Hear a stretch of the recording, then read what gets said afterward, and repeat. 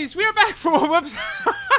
We're back for another Dokkan battle video. Looks like I didn't cut enough at the start right here. Well, we're starting with a little bit of a chord. There, that's a perfect that's the perfect intro right here. Okay, so when Gamma 1 and 2, Dokkan Fest Gamma 1 and 2 were added into the game, they, along with them, buffed characters for the Cell Max event. All special pose artificial life form characters do 210% more damage. Specific characters from Dragon Ball Super Superhero do extra damage against Cell Max. So Cell Max is still a brutal fight, but it's definitely significantly easier. That there's a lot of top tier characters that could tear through this guy. Right, so a unit like AGL Cell or AGL Captain Ginyu can just take millions of HP off of Cell Max per turn. It could get very, very nasty, right? So what we're doing here, there were several missions added. There's one for winning in 8 turns, one for winning with no items, one for winning with artificial life form, and one for winning with the special pose category. So we already did artificial life form, no item. It was pretty easy, painless, honestly. Gamma 1, having 2 Gamma 1s is just ridiculous. Now, then we do this one. Now, special pose, I wouldn't just jump and say, oh, special pose is way worse than the lineup we were using for artificial life form. I mean, artificial life form is a much better team than special pose, obviously, but the setup we're using in here, the only I don't think that these characters are way worse than the characters we were using in the artificial life form run, right? But this run was way harder. It's because of Gamma 2. Gamma 2 is just not as good as Gamma 1, man. He's not, right? Like, it's like he could do a lot of damage, but it's just Gamma 2 leads to so many deaths in this event for a number of reasons. Gamma 2, right? He does so much damage to Cell Max that it's like the second Gamma 2 attacks, it's usually just like guaranteed like death for Cell Max, right? In these first 2 phases.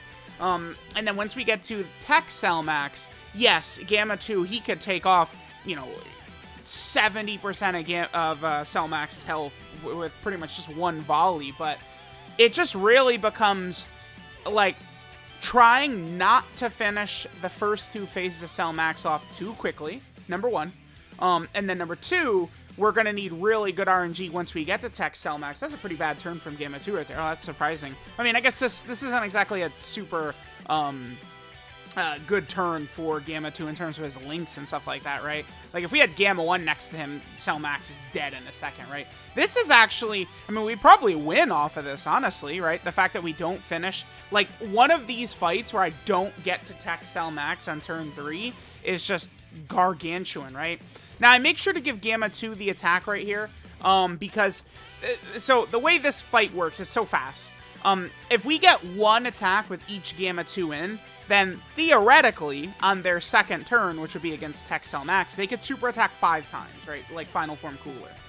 Because we're still going to have his intro up, which is 2 guaranteed additionals, and then we'll hit that 5th attack, right? Which will give us the ability to get the finishing blow.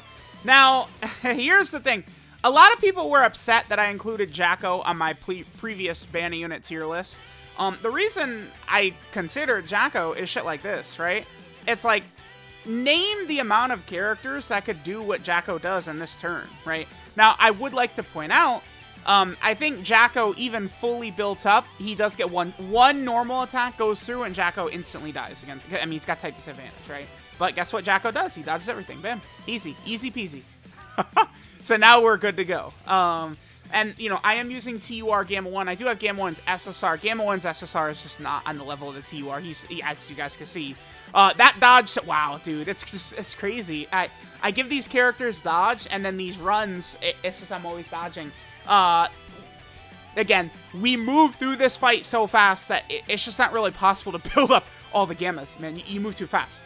So, we get to this turn, and that dodge saved us because Gamma 1 had this Gamma 1 SSR had not built up, right? He was dead in the water right there.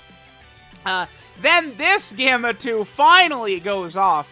This friend Gamma 2, if you guys are not aware, the new sort of like friend system on JP, right? Like it's like the devs, like I don't know, they flagged a couple of accounts or something, but like there's just these scattered like friends that don't give you friend points that you can use over and over and over and over and over. And this Gamma 2 was the same one I was using in basically all these runs. He had 20 additional on 19 crit was what that friend Gamma 2 had. and I kept losing. One of the reasons is because he was not doing his job, which is doing crazy damage, crazy crits, and stuff like that. Then we get to this turn. I mean, I thought this, easy peasy, lemon squeezy, we got our W right here. This actually gets very, very close right here, right? Because again, when we don't have these gammas fully built up, right, things can go a little bit sideways, a little bit tricky. Now, keep in mind, this is a no-item run, right? I mean, if we brought, like, the movie hero support memory, right, like, GG, like, Gamma 1 and 2 are going to go absolutely crazy. You really don't want to underestimate the effect that support memories have in runs like this, right? Especially on characters like the Gammas or the Ginyu Force or something like that, you can get huge, huge buffs. Now, I had several runs get to about this point right here, where Cell Max had basically 1 health bar. I was really concerned that Cell Max would super attack right there. He doesn't. Gamma 2 can double it. Honestly, that's very impressive that Gamma 2 can double-digit tank Cell Max, type disadvantage. Cell Max has, like, the hardest setting normals in the game, besides Metal Cooler Core. And then, look, dude. Now, Rikumen Goldo, if there was no super attack there, I think we live. But remember, we didn't have a Captain Ginyu on the team, so they only had a 50% chance to guard. Who knows? Rikumen Goldo could have survived there. They could have. But we would have needed the 50% chance for their guard to have actually procced. I believe they got hit several times from Physical Cell Max's AoE, right? Earlier, which allowed us to get the win. So there we go.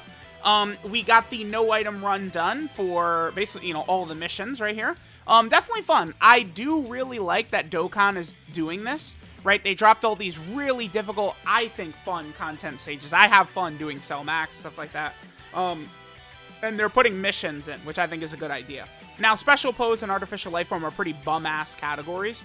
But you could still use a Friend Gamma 2, Friend Gamma 1 to help you dominate, from the friends list. And they did give the massive buff. Remember, this is not the same thing as winning with this team as it would have been before they gave the 210% damage buff to the entire category, right? It just makes characters like EGL Cell and stuff like that, like, you can disintegrate Cell Max. It's not as difficult as it once was. He is still very difficult, but it's just not the same level of difficulty if you're using the, essentially special categories, right? So, let me know what you guys think. Berter and Jace, they were there to dodge as well. I mean, obviously, right? We got our no-item run-in with Special Pose. Thanks, guys, for watching, and I will catch y'all next time.